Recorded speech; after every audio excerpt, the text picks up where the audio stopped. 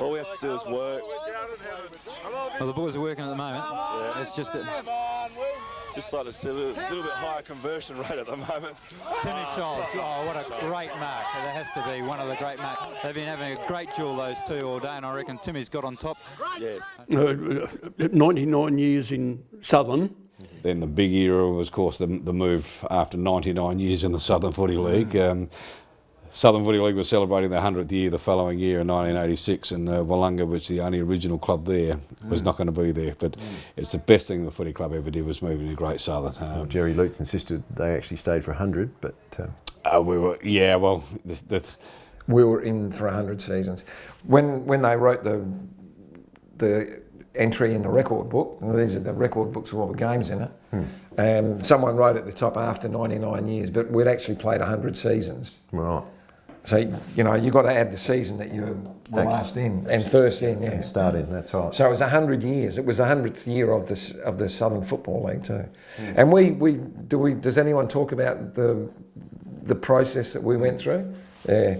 I mean, we tried, I think, 10 years before we got into the Great Southern to go into, to leave the Southern, and they actually changed the rules so that we couldn't leave.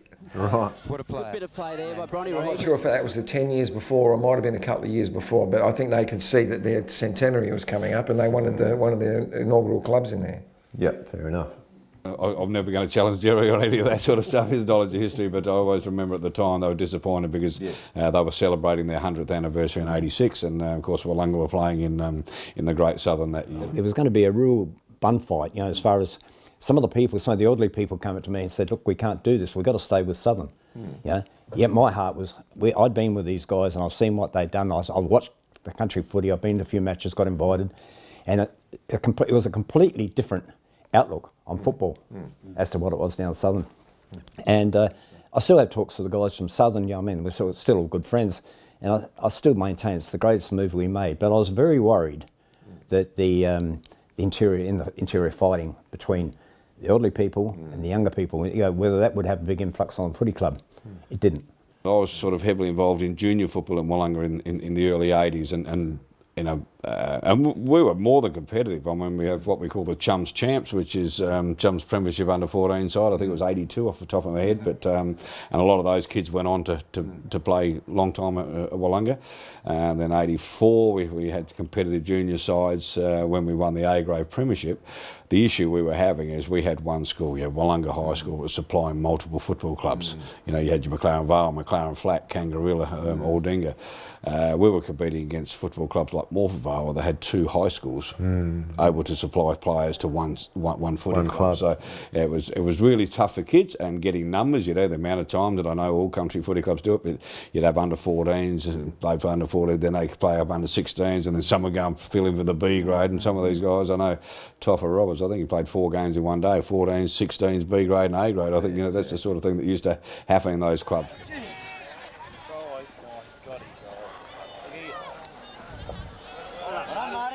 The famous punch we've come to know and love. Yeah, Marty Bayer doesn't do much wrong. Marty, yeah, 12, number 12. Scholes, yeah, Jimmy Scholes, yeah. It's good play by Parsons. Yes. That's a lovely handball. Hirano, ball set right. Handball a bit blind, but he was under a lot of pressure. And he's called it in the back. But it was a great move for the footy club, and it met with a little bit of resistance early on, but I think everybody now says it's the best thing the footy club's done. It's established them long term.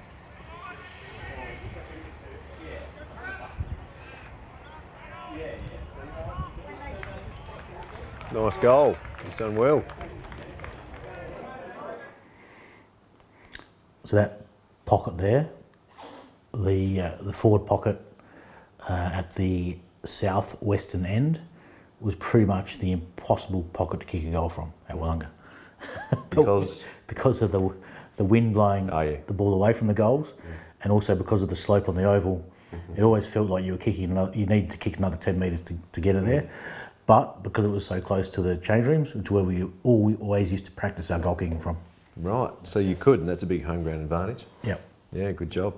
and we've lost nothing as far as continuity of generations wanting to be involved in the club, even though we changed leagues. But obviously, you know, all my footy was played in the Southern Footy League, so I remember that fondly. But and of course, we basically went out on a high, having won this flag in '84, and that was a catalyst for going into Great Southern. Of course, then we were very successful in the first early years, and still are to this day. But it was people sort of thought it might not have happened. But Kevin Poulter, then Ray Wilson, and these sort of guys came to the footy club, and successes sort of followed in all grades.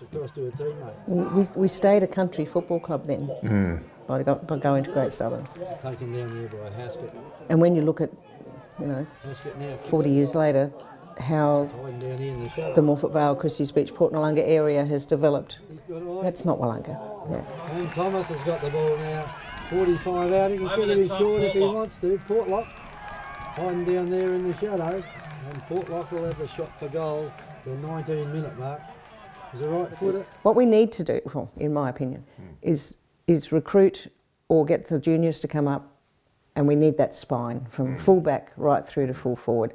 That's what made us great back in the 80s, to have that spine, and then all the others that, like Roddy Parsons and Reedy and the little ones around the side that fed those boys or helped the defence get it out. That's, the spine is really important. Yeah. 20 minutes has gone in this final turn. He had a shot for goal. He's happy. We're all happy. And that was gone through for Portlock's first goal. And it was goal number 12 to Willunga. 12-16 Willunga. 8 goals, 13 Langwell Creek. A bit of a story how we got into the league. I was the president of the club in 84, 85. And in 85, we'd won the premiership in 84, as you know.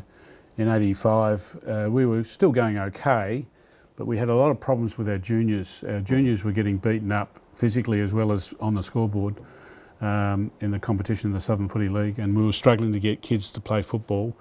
And we felt that the Southern League was going down the hill, if you like, to Marion and Plimpton and clubs alike. Well, the city had come out to encompass. And yeah, but it was more to the point that Southern had an edict to go down and become bigger. They were trying to establish a super league, and we didn't want to be a part of that suburban type football league.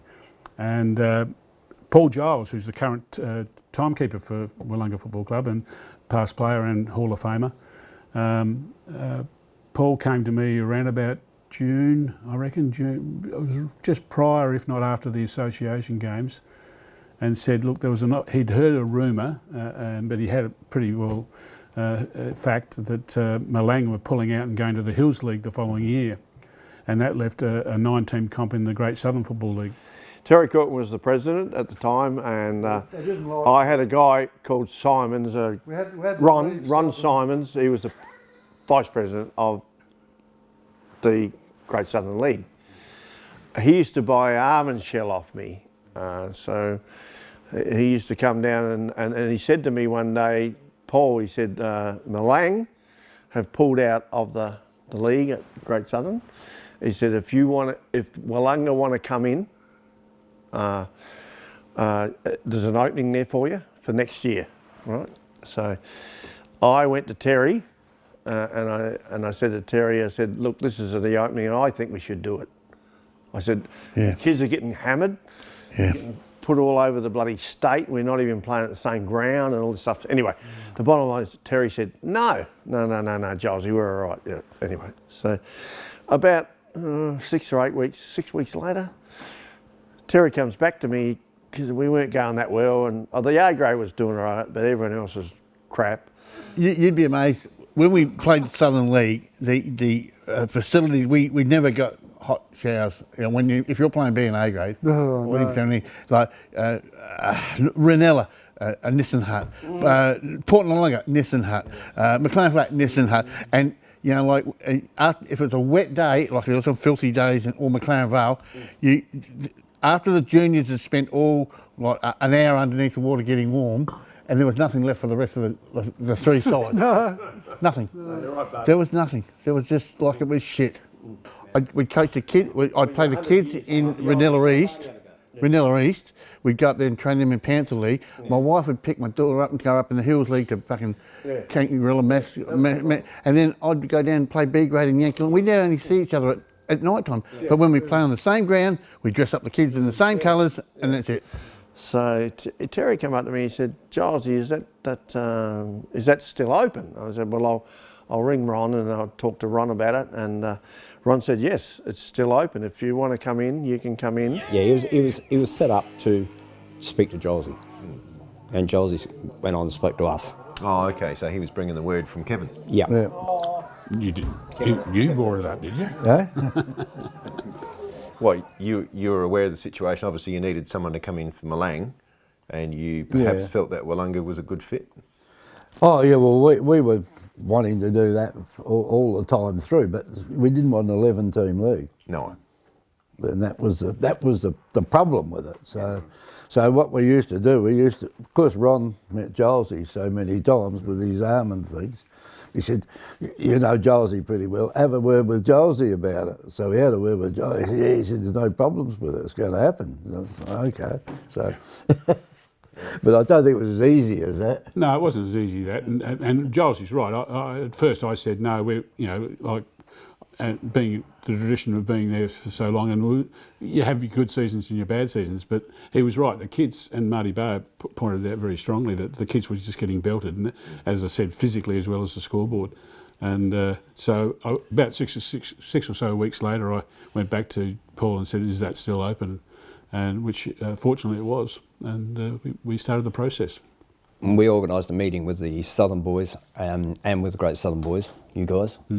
And at our meeting, we had a general meeting, and friend Brian March, he sort of had a bit of a discussion on the good life that we've had at the Southern Footy League. He made certain promises on that particular day that if we stayed with the Great Southern, with the Southern Football League, they would be met. Anyway, the one thing, he made a very, very bad mistake. And I think he would regret this he's passed away, unfortunately, but he would regret this for the rest of his life, I think. He finished his talk, and these boys came in. And when he finished his talk, he put up the newspaper, sat there and read the newspaper. Read the best bets. And didn't look over and nothing, just read the newspaper while the meeting was going on. And everybody in that room was watching. Don't believe this. It's so rude. And on the strength of that vote, Corks jumped over. On the strength of that situation, Corks jumped over, lots of people jumped over, but the old stalwarts sort of said, no, we got to stay, But the proof's in the pudding. We became a very successful club on that particular night. And I've got a lot to thank Brian March about. Poor old Marshy, yeah. But he died recently. Yeah, he died about 2 months ago, yeah. But I think, the right decision was made, as everyone says, and it was... We're a country football club. I can remember an incident. Our first game, I believe, was against Yankalilla, at Yankalilla. I might be wrong there, but I think that was the case. But I can vividly remember being at the canteen buying something at Yankalilla, and I turned around and saw Barry McDonald. And Baz walked up to me because he was talking to about 3 or 4 Yankalilla people who he used to play against, because Yankalilla used to be in the Southern League. And he came up to me and he said, best decision we've ever made, Corks, and shook my hand. I thought, phew. Barry, a great club person, but at the time he was one of the people who didn't see the sense in leaving, because his whole life had been Southern Football League, and I can understand his feelings at the time. They eventually were catching up with the guys from Maiponga, Yankalilla, all those clubs that played in Southern. They had that affinity, I suppose, and it made it a lot easier. And as I said, unfortunately, the netball club didn't come over originally, but they are now, and it makes so much better for both clubs. And coming back to the situation too with Paul Giles, we mentioned Paul Giles. He did do a lot with Ron Simons, got the whole thing going, and because Paul Giles is very real, Paul Giles is different. And I say that tongue in cheek, he's the best mate of mine. But he really pushed, and he pushed all the locals. He got him behind the whole situation, and I think that smoothed the whole thing over as far as some of the elderly locals went, because they loved Paul, Yeah, well, Giles is a Hall of Famer. He's been around the club for a long time. The family's been around for a long time. Well, their name's on one of the street signs. Exactly. Exactly. So, but he did a lot of work to, pat him on the back, because if he hadn't come to me that night, or the second night, the first night sowed the seed, so to speak, and then it basically became an get out clause for us. And certainly Corks is probably the guy that was heavily involved in that transition as well. Wayne Potter took over the presidency at that time, so it was a good era. Took a little bit of animosity. It caused a little bit of animosity right from the start, because I invited, I'll give them about 30 tickets to come to our grand final.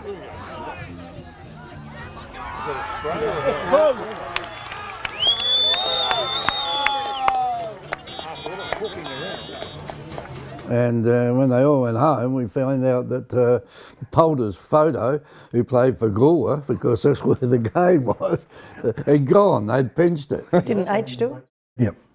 Yeah. Yeah, regarding the photo, I was actually working at the Maiden Magpie Hotel the following day, and I got a phone call from someone from the club said, "Do I know anything about the photo?" Well, about an hour after that, I got another phone call from somebody that admitted taking the photo, and I wasn't saying it to anybody. And I think the photo was returned in pretty quick time. So how do you feel now? Great, top of the world. Do you know who it was? So I think his wife is sitting right next to him. No, Chris was the greatest practical joker that I ever knew at the club. He did things and then quietly, innocently turned it over to someone else's problem. Absolutely. You walk in, do some damage, walk away and just sit back and laugh. They all thought he was such a nice guy, and he was, but he certainly was a prankster. Yeah, I was in the car where it was pinched, but it wasn't me. But it went back. It went back Monday. Yeah, they got it back, but I caused a fair bit of animosity right from the start. Who gave them all the tickets? There's only one guy in our club that could do that and get away with it. Yeah, and get away with it all the time. Smile. Yeah. Wasn't me. Wasn't me. Yeah. We had tried back in the late 70s, I think it was 79, to go to the Great Southern Football League, but the Southern Football League very smartly changed the constitution and stopped us from going. I wasn't involved with the club then, but that's the information that I've received. I didn't. At first, I thought, well, look, we'll have a look at it. You know, you can't win premierships every year, so to speak, and so forth. We'll be right, and so forth. And then after a couple of games, and our juniors being pummeled, yeah, and we decided to investigate it. So I spoke to Kevin Curran, and we put our hand up to go there. And we had a meeting late in the year, which we changed the rules. We wanted at least a 75% margin in the voting. If we went 50-50 or 51-49, we felt that it was going to split the club. Mm-hmm. So we had a vote, and it was about, I think, probably a bit over 80% in favour. Yep. And in '86 we went over to the Great Southern Football League, and the rest is history. We had one more year under Phil Collins, coaches in '85. Mm-hmm. There's that tackling of Phil Collins. He won't let players get away from him. And there's Phil Collins again. What great football. To Brian Oster, handball. And that was during that year, halfway through the year, we had the meeting to decided to go to when there was an opening in the Great Southern Footy League. We had to make a pretty quick decision, which it wasn't, it was a big decision to be made as quickly as we did. There was some issues at the time. I suppose the colours were a small problem, but we fixed that too. Small problem. A very small problem. We changed our colours from red and white to white and red. Did you think that would ever work, Kevin? What? Did you think the colours would work with Strath? Well, look, we let the delegates make the decision, because I mean they were the people that from the clubs that would have had to have played against them. In front of the old club rams, keep up over the top. Strath's working overtime. Eagleton's in there, tried to duck his wings and get underneath it, but he's set upon by Willunga all incendiary. And Popey's whistled him up. We'll have a ball up at the top of the 50-metre arc. Strathalbyn have got it down there. They want to keep it down there. They want some scores to come. Big tap over the top. It is by Bennett. Willunga squeeze a hurry, kick out towards the wing. A tap on by Cooper. Cooper now handballs back out to Baxter. Baxter down the line to Wolford. Wolford gets the kick away. Inside 50, 1-on-1 again. Hams out in front. Simmons, too strong for him. But the club in itself then made the call to go in '86. So we finished out the year in '85, which unfortunately that was my last season, and I moved into state after that. So that was my end of my playing involvement. But and then came back many years later and started supporting the D's, and as we know them now, and the Reds in those days, we were known as before the Demons in early '80s. Because that's what you hear shouted out at the game. Reds, yep, yeah. The Reddies were it. It was the early '80s. I think when Terry Corcoran came along, he was a bit of an instigator into identifying a logo, and so we embraced the Demon logo. I think it would have been early '80s was probably about the year that came to, and it's still strong to this day. Well, we've been a number of things. We were called the Reds because our Guernsey was predominantly red, plain red back. But we never really had what we considered a good nickname. And the Demons came about because our coach, Kevin Poulter at the time, in '84, or '83, '84. '84 was the first year of the Demons. We decided to think of a name, and we threw it on the table, and the Demons came up, and because Polt's barrack from Melbourne, and he's still a passionate Melbourne supporter, but we felt it had a bit of grunt to it, and whether we were red and white or navy and red, it didn't matter. And so the Demons started in 1984. Great. And we went top. On the sidelines today, mate. Very hard. About three. Your shirt. Yeah. You had to be feeling the sort of pressure. Did you think we could win at three-quarter time? I was fairly confident the way the guys were playing a very good pressure game. I feel that they had it in them if they just knew it themselves. Right. And your trust wasn't unwarranted? Certainly wasn't. There's the flag to prove it. And we went to Great Southern when Malang couldn't get an A grade and a B grade team, so they asked Willunga to come in, and as you know, Strathalbyn are red and white too. And those several years, we had North Adelaide had the same, which took on red and white stripes. You know, band so big. Yep. Reg Beaufort brought those in. Who was that? Sorry. The Reg Beaufort came and coached us in the late '70s, or early '70s rather, and our Guernsey then was both either that or that. I'm not quite sure, the stripe or the yoke, or the V, and.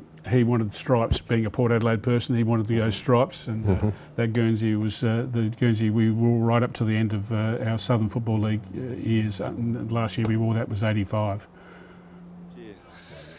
Yeah, well, that's it's very true. I doubt if you'll see corks off the ground this quarter. There's a bit of a story there with the red and white, and the white and red too. Tell me about it. Well, as the president, I had to submit our colours to them, and we were adamant we wanted to go red and white, but because Strath were like the North Adelaide Guernsey of red with a white V, we had to go predominantly white with a red V, and that was mainly because, at that stage, the Sydney Swans were all the news in the world with Tom Hafey coaching them then, and they were winning games. We felt that was a good option for us to go to. I didn't know whether we would get it through. So I had two Guernseys made. One was white with red V, and the other one was the Melbourne Guernsey, because we were the Demons. And I had that in my back pocket, but I never showed it to them. And we got it passed. I don't know how we got it passed, but the clubs passed it, and I wasn't going to hang around to find out why. No. And so the red V, and we went to a yoke during a certain period of the game, like I think the 2004, 5 and 6 premierships. Were in the Guernsey as we know it nowadays, and then they went. The last 3, I think, were of the 6 in a row were a red yoke, and we changed it back when I came back to the club about 9-10 years ago. I was on the committee, and I never knew why it changed, and no one else could explain to me. So we went back to the V, and I think it's a better looking Guernsey anyway. That's only my opinion, but yeah, we had the Melbourne Guernsey in our back pocket as well, but I didn't show it to them. Yep. And red socks, and we had a red jumper with a white V, and we had to change the other way around. Yep. So we've got red shorts, white jumper with the red V. Yep. And red and white hoop socks. Yep. Because Strath had we had to have, and then you get out on the field, and it's real good. Whatever team you follow, you just got to watch red shorts or white shorts, and it makes it. And a lot of people say, "How on earth, Mr. can two red and white teams play together, and it's real simple. In that first year when we went to Great Southern, the jumpers were okay because it was Sydney Swans versus North Adelaide sort of thing against Strath, but they didn't know anything about the socks. Both sides had red socks. Yeah, that was really bad. And playing at the time, it was confusing as all hell. Shorts were white and we had the red shorts. Really small shorts. Yeah, no, I was sitting the whole day pulling mine down. Yeah, Steve Perkins, for a lad who was probably only just a B grade at the beginning of the year, he's had an amazing transformation into a top-class back pocket player. Well, he was a player who's destined to play A-grade football. Sure. When he was playing in the B grade, he was See? Classic. Yeah, I know. When he was playing in the B grade, he was a player and a half. I was the same though. It was just what we did, I guess. Yeah, they always been white shorts. Yeah, and then that second year, I think we had the red and white. Hoops, yeah. They changed the hoops. Yeah, which they've still kept now. So. Yeah, good job.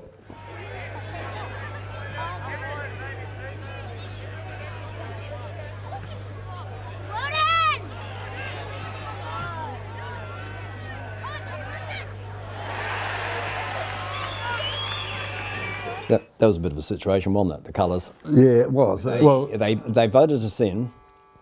Pardon me. Clubs voted us in under the colours that we had. The whole system was to be the colours that we had. Yeah. After the first 2 weeks, Goolwa, I think, were the first ones, and then Corsty from Strath. It was Corsty from Strath all the way through. No way are you guys going to wear those sort of colours. Well, you know, hang on, we're voted in, it's all passed and it's all, you know. Anyway, the boys come up, George come up to us and had a bit of a yarn. I think you were there too, Terry, weren't you? And they said, look, this can't work. They're giving us grief, and you know. So we decided we would change the colours, we'd go to white, but we'll keep our socks. They were the same as the Strath socks. Anyway, that was all accepted and everything passed, and 2 weeks later, Corsty, well-respected man and a good fighter, he said, no, we're not going to accept that. You've got to have different socks, we've got to have different socks. So we went to the hoop socks. But geez, was that a fight. Well, it's funny because we had the plain red socks right through, and then they had red with a white top. That's North right. Adelaide. That's right. Oh, yeah. And then they decided they went plain red just to make it harder for us. Yeah. And then so we went white and red rather than red and white, if you know what I mean. The top of the sock has always been white rather than red. And but you know. Yeah, it's all settled down now. And look, I don't think any player who plays against Willunga when they're playing for Strathalbyn makes a mistake. They don't make mistakes. They're not confused. No. Job Colwell.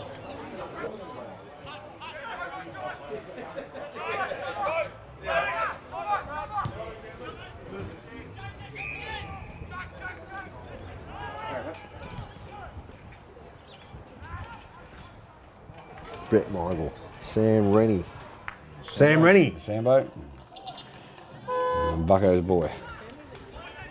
That's a good goal, good start. Look at the condition of the oval there, you know, I'm sure he's been mentioned as somewhere as one of the Roberts boys, Steve, who's been involved in the footy club for, I can't remember, have to be early 70s, I guess he started, been doing the grounds. When he worked for the council, he was doing the grounds, and now he's not where he's still doing the grounds. So, you know, he's received volunteer recognition awards through the SANFL in about 2 or 3 years ago, Volunteer of the Year for community clubs, and still does it to this day. And he's really proud of his work he does there. And the grounds is a treat these days. It's a tribute to him. But that's just another person that stoved in. Oh, not for 2 or 3 years. You know, there's decades and decades and decades, and he's volunteers make it happen. Oh. And Willunga's got some great volunteers and have always had. And I know all footy clubs do it, especially country footy clubs. They can't survive without them. But then you get your next level of volunteer that go to the extremes. And like Steve Roberts. And like Steve Roberts. And that is because we're lacking rain. That he's still watering the ground, but without natural rain. And I think that's saying a lot for injuries as well, because the ground is so freaking hard without natural rain. That's right.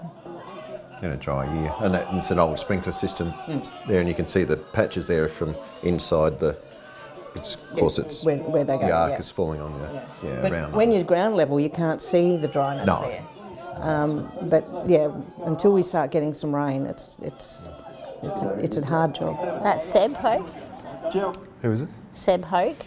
Seb Hoke can play. So, yeah, so Seb's got another brother in the team, Hugo. Hugo is out at South at the moment. So, yeah, both the boys can play. Their mum, Ro, was on the committee. Yes, it is, Gerald.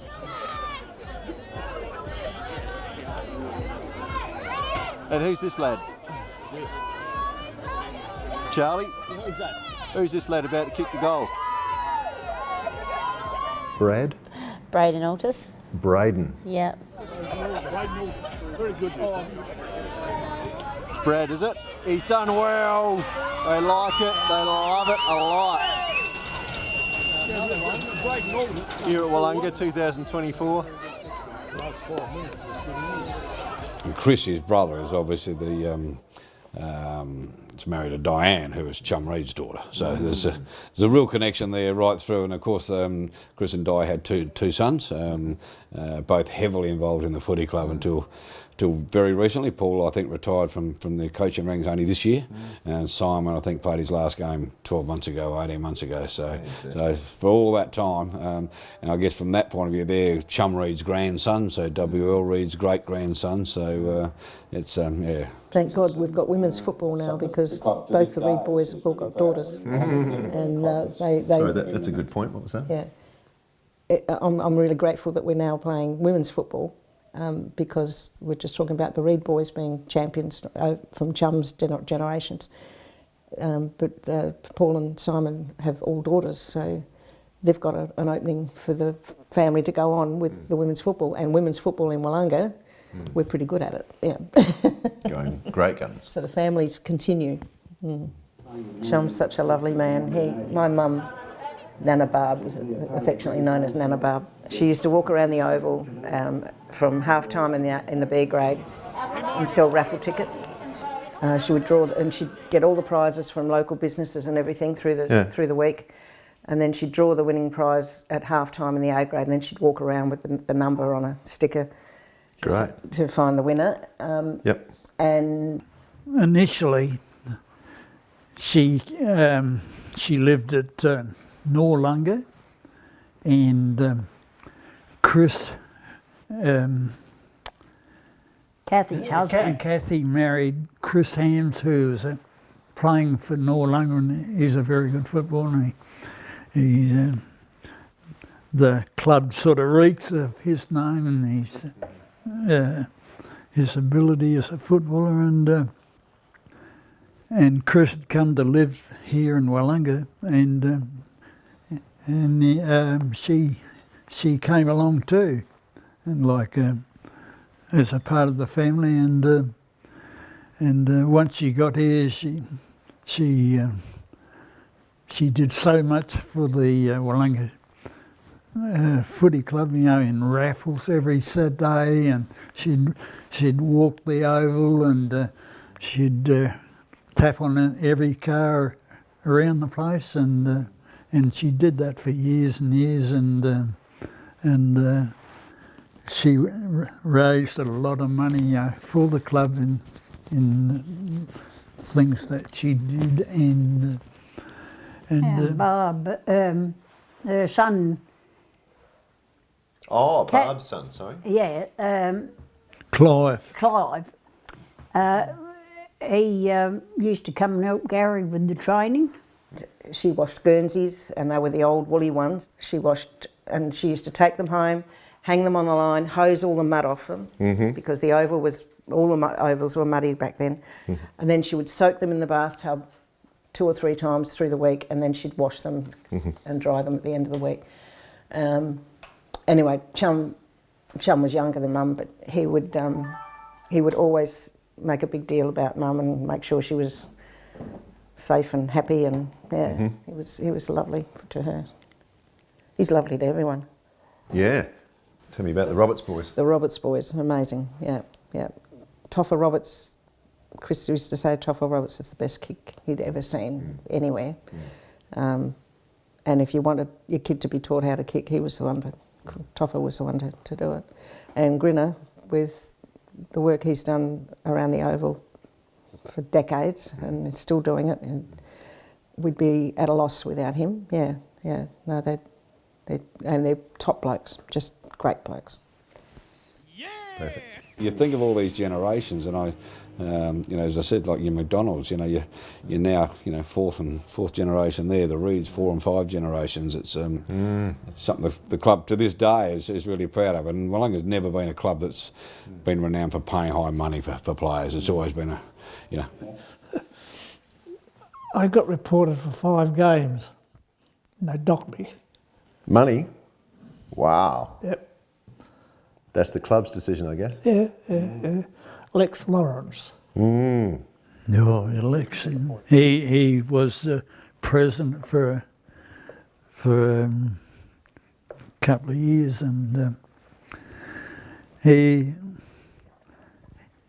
just was not a sports person, and everything that happened, had to go through the books and that sort of thing, and which was disappointing at the time. I'll say it was. This day and age, they have to pay a little bit just to be competitive, but the local gene pool is remarkable, and the pool is always there for generation after generation. So, and it's a family club. It's always been known as a family club. So even people that come from outside the footy club, they used to thrive on these people like school teachers that come into the area, Dowgettings. Bank people. Yeah, it was. They'd always.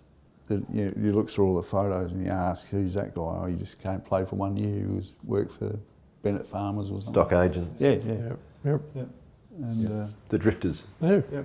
But they had the crux with local lads. A lot of those blokes played at probably 10 footy clubs in their careers. Yeah. They just move around for a year or two and then go somewhere else. Across that centre, I'm not quite sure. We are trying to create the spaces, but they certainly seem to have numbers at the ball at this stage.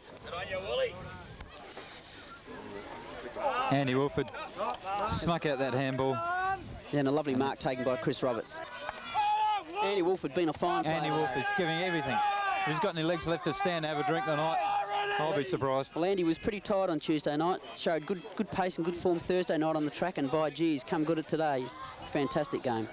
Number 6 that you just saw there, there's a guy by the name of Andy Wolford who came down. He got a job at the ANZ Bank in the main street and lived at Timmy Howard's pub for a while, and another guy that's come into the footy club and then over the years massive contributor as a player and many years as treasurer of the footy club and that sort of stuff. It's another example of the people that do come from outside really invest long term in the footy club, and he's just another example of that and was a great player for us.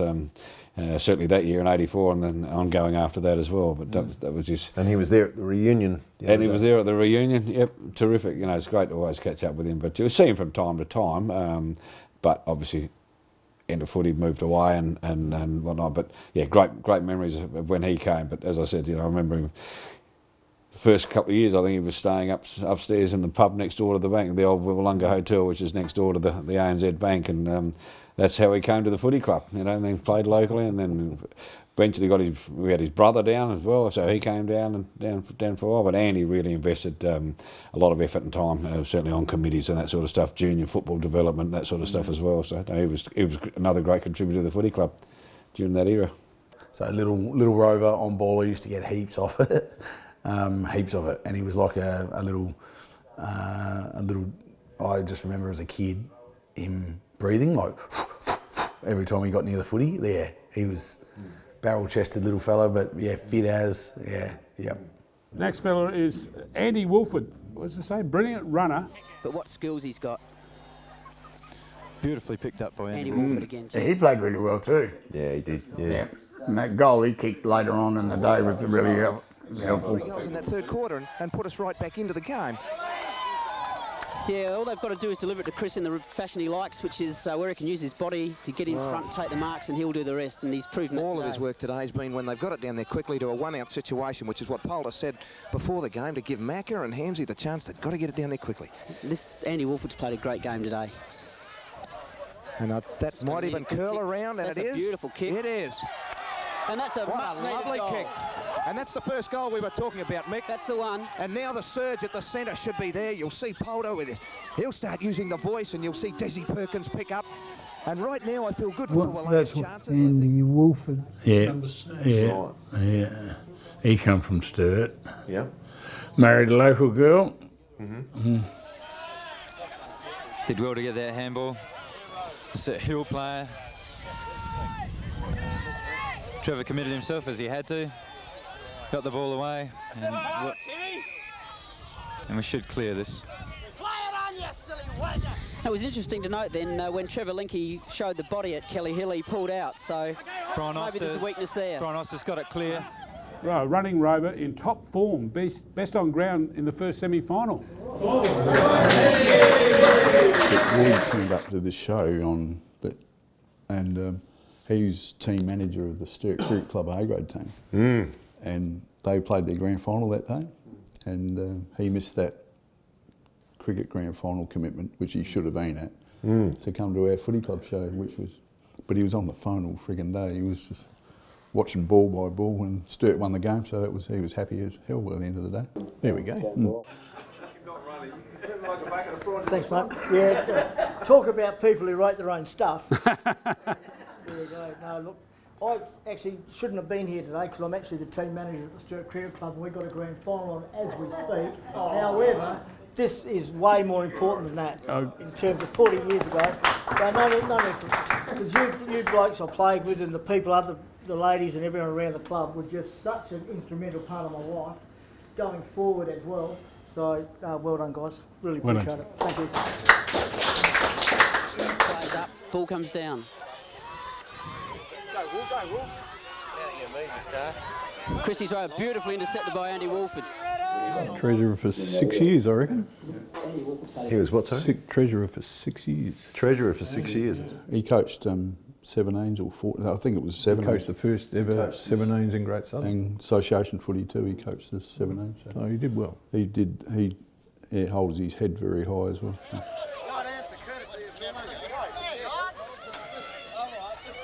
Des, once again. There's Andy Wolford again. He's playing a great game too. I remember in 1979 we had a big change when a chap by the name of Brian Rowe, we got him down from, he was coaching Ranella ex South Adelaide. Well, it definitely was a good game, Mike, and it probably never reached any real height skill-wise, but pressure-wise it was just there all day. And even in the last quarter, when perhaps it was still to be won by either side, we still had the pressure tactics, the dogged tactics that Coach Polder had asked from Willunga all day. And to their credit, the reason they won the game was the fact that they could pressurise the running side for a full 4 quarters, and probably barring maybe 5 or 10 minutes in the game, they were able to subdue the running players, the Summersides, the Applegarths, although he did have a bright patch in the 3rd quarter.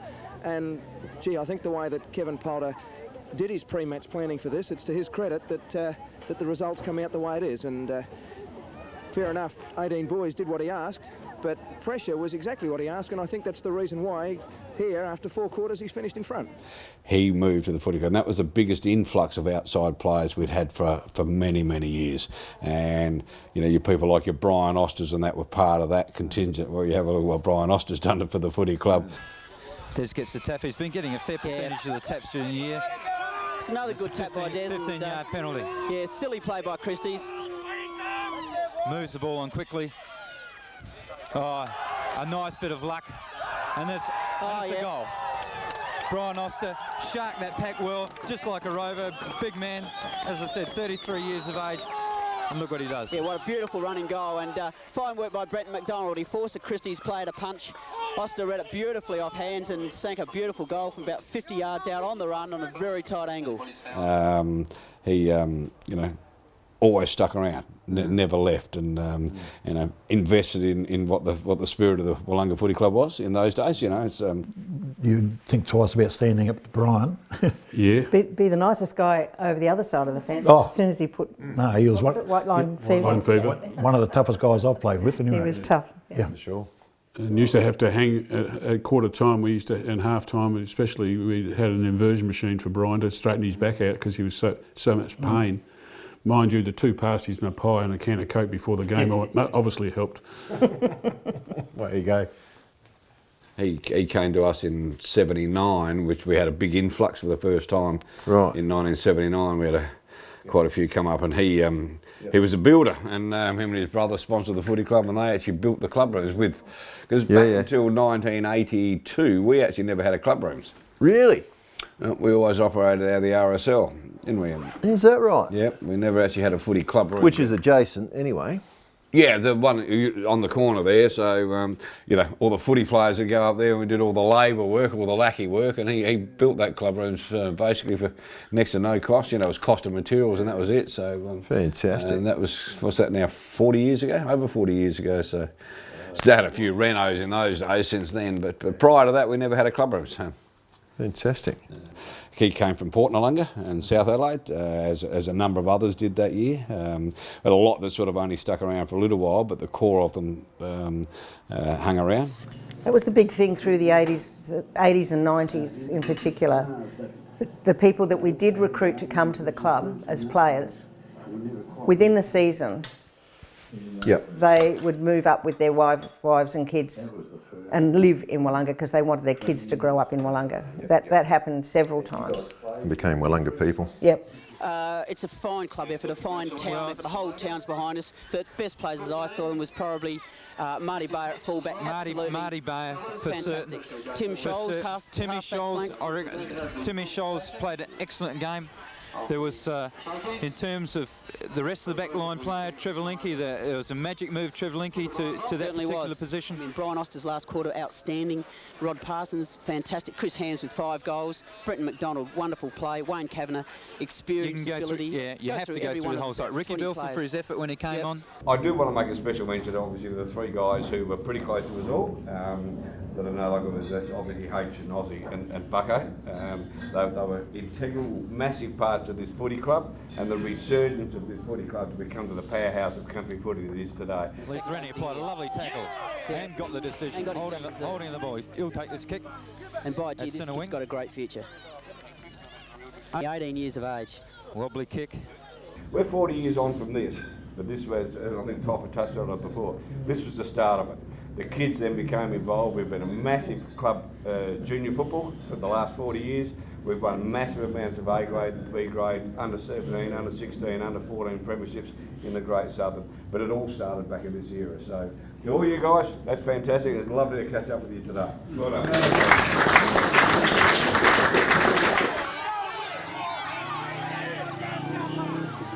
And Christie's have still got loose running players. Marty Bayer. What a rock. Fantastic. Has to be in the best players. Has to be. Dangerous kick to Des across centre, but it's come off. Perkins. Dangerous kick at this time of the game. I would have thought Marty would have gone wide. Oh, Des Perkins is always reliable. You can't fault the kick. Well, the kick came off, but I still think it's a bit dangerous at this stage of the game. It's gone out wide, looking for Kavanagh. Cav hadn't been dominant in the air Ronnie Reid today, up high. Handball, God, Collins back to Kavanagh. That's a fine passage of play. Puts out in front of Chris Roberts has got it. There was talk when metropolitan clubs of the Southern Footy League was a country football league, but as we well know, Ranellas and Morpeth Vales and Christie's Beach were basically turning into suburbia, no longer country footy clubs. There was talk for a while that there was going to be like a mid-southern league, which was going to involve your clubs like Kangaroo, McLaren Flat, McLaren Vale, Willunga, Aldinga, possibly Maiponga, Norlunga, those sort of clubs having a mid-southern league. I think a lot of us were having trouble in juniors, getting enough kids to play and be competitive against the big, what we call the big metro clubs, of your Christies and Ranellas and that sort of stuff. So there was talk. It never got off the ground, but I know there was quite a bit of talk of something like that happening, and obviously then we were exploring the options of getting back into traditional country footy, which is what the Great Southern was. Yeah. And you were playing against? Morpeth Vale, Ranella, Norlunga, Port Norlunga, McLaren Vale, McLaren Flat. Of course. And that was it, I think. A lot of the local boys were very good, very, and as a bloke used to coach the kids at school, a pommy bloke, running and all that, and he said he's never seen so many talented kids in one area. Football, anything, netball. They're still the same? Yeah. I mean, those families are still around? Yeah. Just look at that. There's 1, 2, 3, 4, 5, 6, 7, 8. You know, there's 8 people, that's 1950. There's 8 people in that photograph that I play with, either sons or grandsons, and that's the beauty about Willunga Footy Club. Even to this day, there's people whose sons and grandsons and from generations back in the 40s or 50s, there's some of these guys have still got great-great-grandchildren playing the footy clubs. You know, and you look at the names there, that's 70 years ago, 75 years ago, that photograph. And there's a heap of names still there till tied at Willunga Footy Club. And these were second generation guys as well, like Gary Reid, you know, WL was, that's his dad there, Chum Senior. And they've still got they've had grandsons just recently retired, so his great-grandsons have just recently retired, so that's the beauty about the footy club. You know, it's always been like that, just, you know. And Haskett? Haskett's, yep, so, you know, I played with his son, and his grandson was captain of the A grade up until very recent times. So. Yeah, Jimmy Little, he got prisoner of war, he died, didn't come home. Oh really? It's sad, yep. Jimmy Little I think he won 2 association medals in the Southern League. There's a bit of controversy about our club medal that year, in one of those years, because the person who actually won it wasn't a paid up member. But Jimmy Little won the association medal, and I think it was something like 42 votes, and the next closest was 16. So he was apparently a very good footballer. Yeah, great loss. These guys here all played for Willunga, all went to war. There's Jimmy Little, who was just mentioned. Yeah.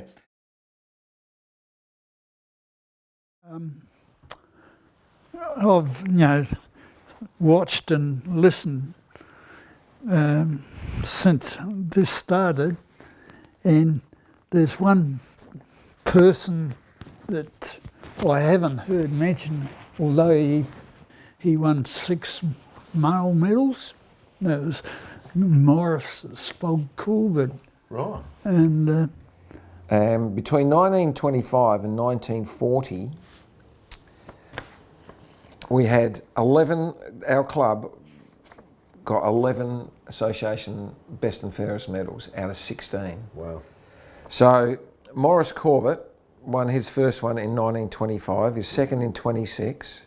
Ron Branson won one in 1928 and then again in 1930. Then Corbett won 6 male medals. Well, he always told us that he won 7. And in actual fact, he, I think, with respect to the club, they've got it wrong.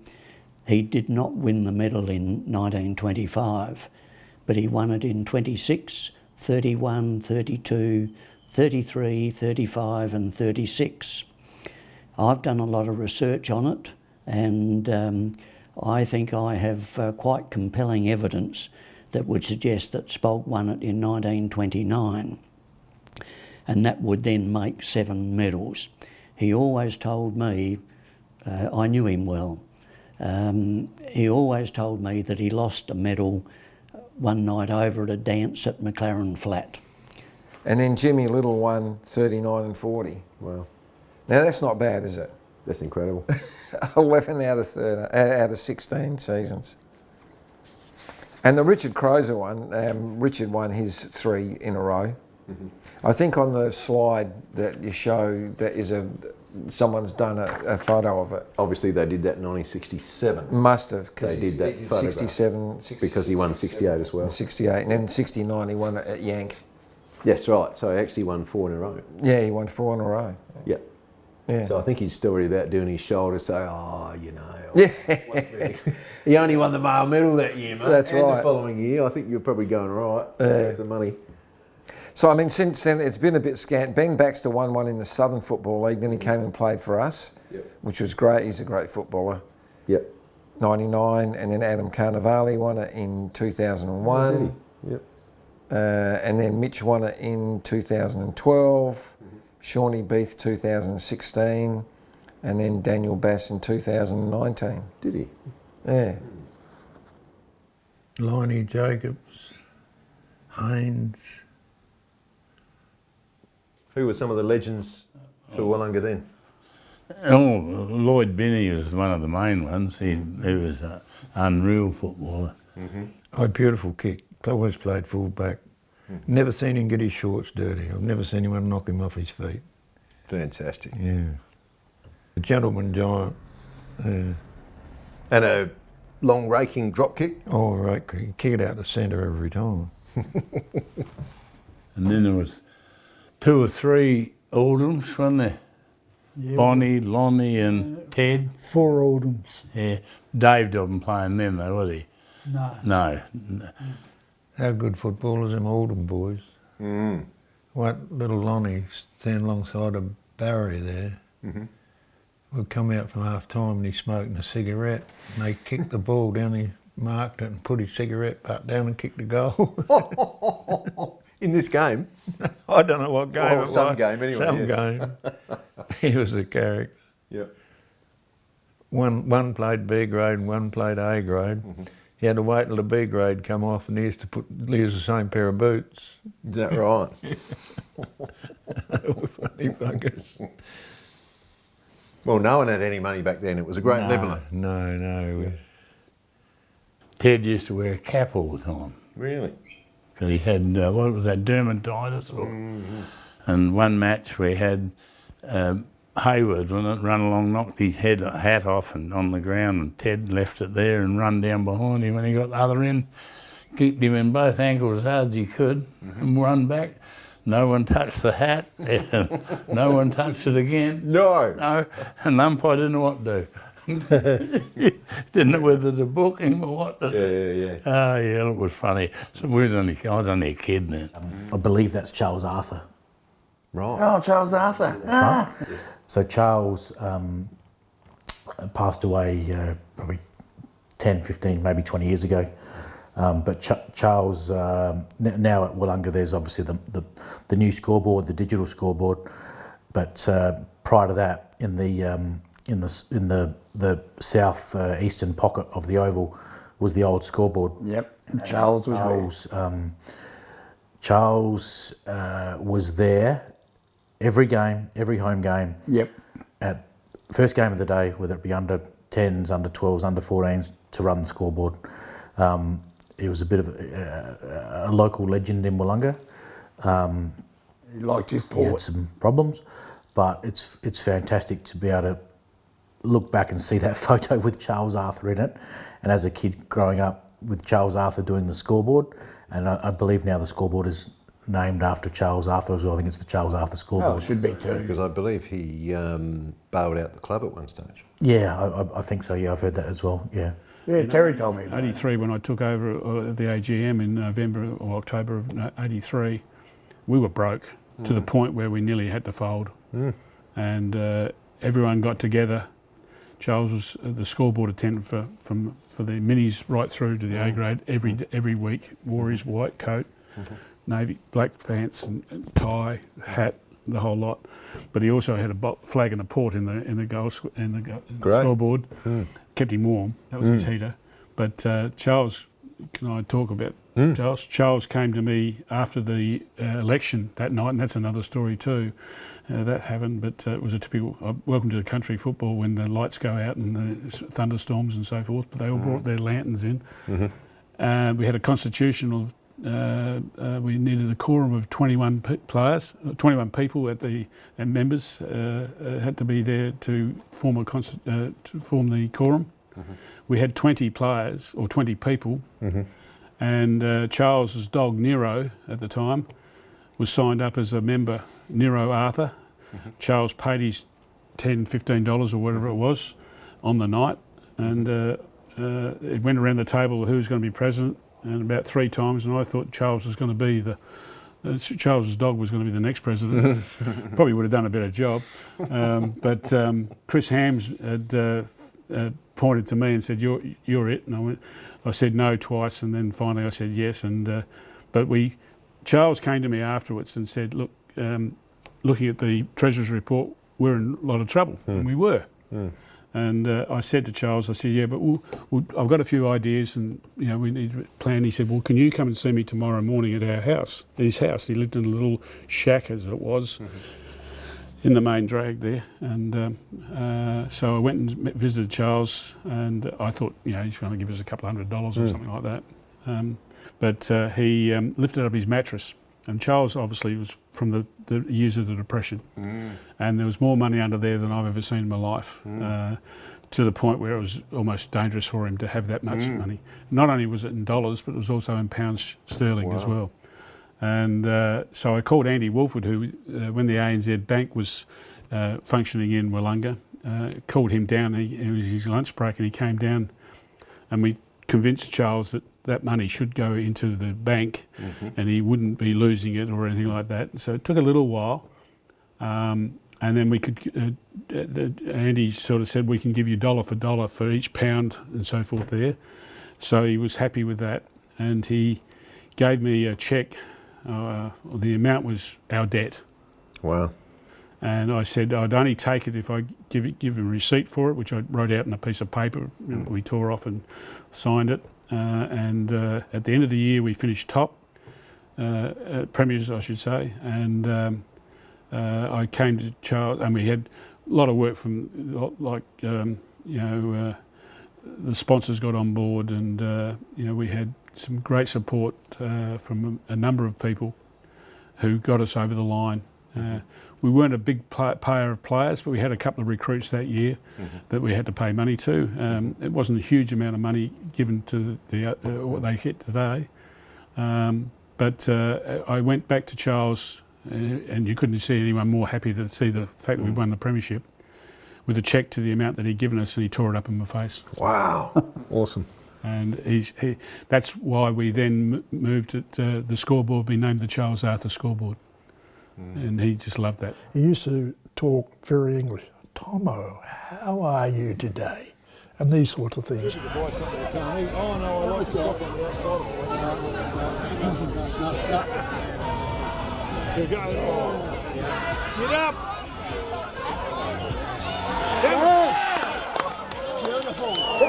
Hugh Daniel. Hugh Daniel. Hughie Daniel. Can play. Yes. Yeah, great goal there from Willunga. They had a manual love it. scoreboard at Willunga, which was in, if you drive through the main gate to the left, to where the tennis courts are now. And it was a wooden structure, flimsy, I guess. Anyway, on cold days, he would start a little fire in there. He had his daily ration of whatever he was drinking. Port, yep. And he'd spend the day in there, and he'd maybe get out for a leak, and that was about it. His little fire. Because it didn't have a ladder, and he'd put the ladder in he'd wind the back windows down of his car and stick it in, and stick a metre out each side. He only lived up the road, but it was funny. It was funny to see. Yeah, there's lots of stories about Charles. Charles's car was driving, going down the road. There's Nero. We're in the middle pub having a few beers and that, and something different. And anyway, Charles was in there and that, and all of a sudden Charles had a pretty old car, and all of a sudden the car started rolling down the main street. I said, "Charles, is that your car there?" And there's Dabrinsky's dog sitting in the car like this, and down it went. And do you know those big PMG terminal sort of bollard things that used to stick up? Well, bang, it went into that. Whole town was down. Whole town. Yeah. So we grabbed the ute, grabbed my ute, hooked this car on the back of my ute, and took it up in front of Chris Toffer's place before anybody could go. So Toffer got the blame. Charles didn't even know anything about it. No, Nero's driving, he'll be all right. Laugh some of the things. Taffy Way was a returned soldier, World War I experience, and a McGarry medalist with Sturt. Did Chum or anyone tell you the story? My dad told me that when he was playing, he'd either play at Sturt or Willunga, and they used to have lookouts on the hill from McLaren Vale and that to see if he was in the cart going to Adelaide, and they knew he was playing at Sturt. Apparently it was a true story. Word got around, like post office, like he got around, he's gone, he's through, so he's playing for Sturt today. And everyone will breathe a sigh of relief in the Southern because he's not playing. But if he hadn't gone through by 11 o'clock through Willunga or something, we haven't seen him yet. It was bad news for flats that day. Amazing story. And him, used to always remember Gary in the back pocket, and the ball go down there and you say, well, he'll get it. He was tough? Oh, yeah, old chum he was solid. Oh, no, he goes through a brick wall. I mean, he's a Hall of Famer and the team of the century in the Southern Football League as a back pocket player. One of best and fairest as a back pocket player in a grand final premiership year. So, you know, not too many back pocket players get recognised as well. But so he obviously was such a champion footballer, and it went through the genes with the Roberts boys, and Wayne Reid also played later years as well. They were tough players. Actually, Wayne won the medal with the Chums Champs that year. Did he really? Yeah, for the, I think it was called, what was that chap's name? March Medal or something. I've still got it here. I can remember Wayne, his son, he got this corky, and he's trying to get it out. And in the old change rooms where it was under the old grandstand, and the ceiling went like that. So, you know, I was always at the back because I was shortest, and Desi Perkins still bobbing his head, he's up the front type thing. And Wayne was on the table, and his old man's rubbing his corky out, and it's back in them days and that. And you could see Wayne going up the thing, and he's halfway up the wall, and Dad pull him back, and off we go again. I mean, that's what you did back. That's how you broke them up. That's back right. in them days. It was pain. You know? Yeah, that's right. You didn't do anything else, but. What's that? 1953 is it? Or? Oh no, 1951. Gee, you had quite an era. Yeah. When did that era start? Late 40s or? About 48, I think. Yeah. 48 it did. Right. So you came into a winning team, which was obviously good. Yeah, I never got there for another couple of years yet or more. Oh, where'd you come from, Barry? 53, I was from Willunga, but I was only 15 then. Oh, okay, just not old enough. Yep. No, we never played B grade, and we never had colts like they got now. When they started, as soon as they get out the cradle, they start kicking the football. Yeah. You just went out with the men when you could hack it. Yeah, played a bit of B grade and then... so they did have B grade? Yeah. I shouldn't say it, but I played in both of them. You did? How old were you? There was a draw for the B grade. Is that right? They had to play it next week again. And you were still celebrating from the A grade? I was allowed to play because I'd played 5 or 6 games in the B grade. They had that regulation, wasn't it 5 or 6? That's right, yeah. Something, and it was a hell of a row for a while, but that was very good. You came back and played the replay and next week, and won? Yeah. Who'd you play in those 2 games? Oh, I can't remember that either. I think one was at Willunga Oval. Yeah, they were here. Nearly everyone was Willunga, wasn't it? And what position did you play, Barry? Oh, half forward or on the ball. Right. Yep. And Gary roved and played in the back pocket and wherever they wanted. There's one situation there where, just mention his name, Lloyd Benny, playing fullback. And there's a magnificent drop kick. And this particular day, he landed right on the centre of the cricket pitch. And this bloke got it, did a bit of a few steps, and then kicked the goal the other end. So 2 possessions, beautiful. 2 possessions for the goal, yeah. You don't see that. That's just sensational. 2 kicks for a goal from kicking out. Barry McDonald took the mark and kicked the goal. So it was Barry McDonald? Yeah, Willunga 2 kicks. That was amazing. And I remember as a kid, Lloyd he coached us in the late 60s, and he'd come out to training in his civvies, no footy gear or anything, and he'd kick drop kicks from the goal square, and he'd do the maths. It was probably 50-metre drop kicks, and he was in his 40s then, or even older. 9 premierships? I think he's got the most for Willunga. Any Willunga That he played in? Yeah, 9 premierships. Wow. And Lloyd, he was one of the older blokes when you came in, or he was an old, yeah. He used to play in Adelaide for a while, didn't he? Is that right? West Adelaide. Local he started in 1936. He played every game in the A grade in 1936 in the A grade, and then he got dropped for the grand final. Oh, in 1936? Yeah. Wow. Yeah. And he was still obviously pretty shirty about it. Yeah. He remembered it right through. But He come right through, and then they run short in the B grade. He retired and he played again. Yeah, he really? He was well in his 40s. But he Yeah. He's just about, as far as the Willunga football, you know, the team, he's the father of it, you know. Yeah. Is that right? Lord. But Well, he brought all these kids through, and So he coached as well? yeah, and He coached you, gentlemen? No, I played with him. I don't know. He was coach then. I haven't got as good a memory. as that. like Barry said, we played. There was no coach, so I was 14. I played in the B grade at 48, I think. Yeah. Gary coached a lot and coached a lot of the kids and the juniors all the time. When did the juniors start at Willunga? About 60 when your father-in-law. Yeah. It was about 61, wasn't it? Yeah, that'd be right. Yeah. Yep. Yeah. Well, I think this is 1952, so not quite up to your era, but they're still winning. Oh yeah, they did marvellous. And that must be about your... That'd be 54. We never took photos when we lost. Oh, so you lost in 53. Yeah, Right, okay. they never took photos. Okay. Yeah, we did not. It 79. We had we lost the grand final in 79. There's no history of it. So it's, winning was what you got recognised for at Willunga, and I mean they just did enough of it that I think if you had pictures of every runners-up side we ever had, you'd double it as well. So need another wall. Oh yeah. So.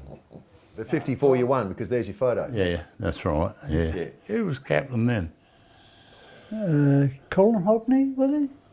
I'm not real sure. To be sitting there alongside, said my father was the president. Ah, yeah. Yeah. And that bloke there is Barry McDonald's dad. Because he had 4 or 5 boys playing there with the Southern Transport here. You know, that Southern Transport component, which is obviously no longer there, obviously, but straight across the netball from the netball clubs on the other side, there's a new residential estate there. That was always Southern Transport and always employed local people. And that's going back into the 70s that they were still employing a lot of the footy club people. So they were a good contributor to that, as well as their own family. Obviously, as I said, there's 5 of them involved, and they pretty well all had a fairly hefty and lengthy involvement in the footy club. So that's and still do. Another great family. Yep. A lot of McDonald's played, and a lot of people worked for Southern Transport in those days. There probably was 10 or 15 staff there that played footy. Significant. And Scott would come along, and if there was anything missing that needed $1, he'd just pull it out of his pocket. But he and Fred Crozier, I can remember as a young bloke, going into the A-grade rooms in, 60s sort of be, with these blokes still playing. And if they had a good day, Fred would just roll off a 50 quid note off his fistful and go and get someone to go to slab for him. And Grazier Aldinga. Yeah, he's the bloke that gave me the job. Is that right? Yeah. Fred Crozier had 2 boys playing, successful Grazier down at Aldinga. In 1961 also, I was the club secretary. I don't know how I got talked into it, but I did. And Fred was the president. And of course we used to go to association meetings and also club meetings.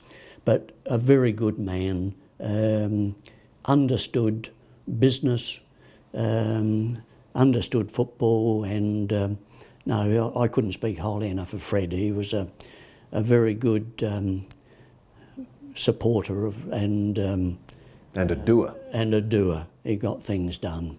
No. Yeah. So it was his 300 quid probably. I mean, because all this land down here was all his. Yep. All down here.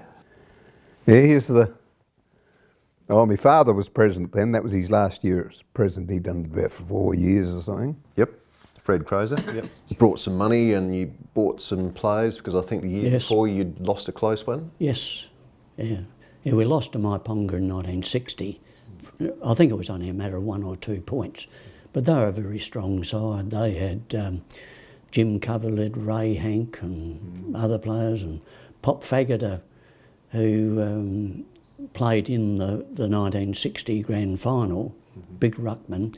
He also played that year at North Adelaide. Wow. And after winning the grand final against Willunga, a couple of weeks later he went back and played for North Adelaide and was a member of the North Adelaide 1960 premiership team. So he had 2 premierships in the 1 year. Yep. Great player. So what happened in '61? You had, I think there's a Henningsen and a, is it? Brian Shanks. And Brian Shanks from Sturt. Oh, yep. We had a lot of Sturt blokes that took on to play up here. A couple of Bay blokes over the years. Brian Shanks is another one. Barry Henningsen.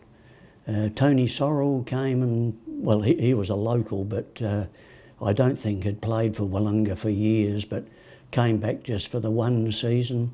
I think he then went on and was part of the very early teams at Central Districts. Really? But I don't know what happened to him after that. But yes, we had a number of, another bloke there, Don Mundy, he came in big centre half forward. And yeah, so it was a very strong side. In fact, the 61 side was undefeated for the whole year. Dean Machel played quite a few league games for Sturt, I think. Who was that? Dean Machel from Sturt took us through. We were undefeated for the year. He was a copper, a big strong bloke. And if you kicked it into the forward line, you'd see two arms come up and he'd grab it. Every time. Yeah. You remember the game? Yeah. I think Dean Machel, the captain coach, kicked the last goal or point or whatever to win it. I'm not sure how many points we won by, but only a few.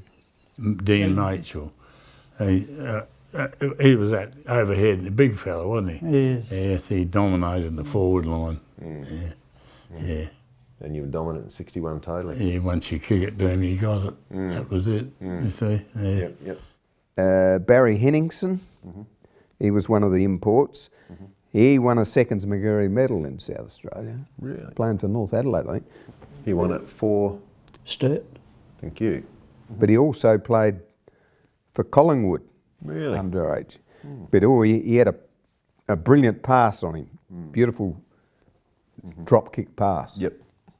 And he was sort of a thin bloke, but he played with his head. Yep.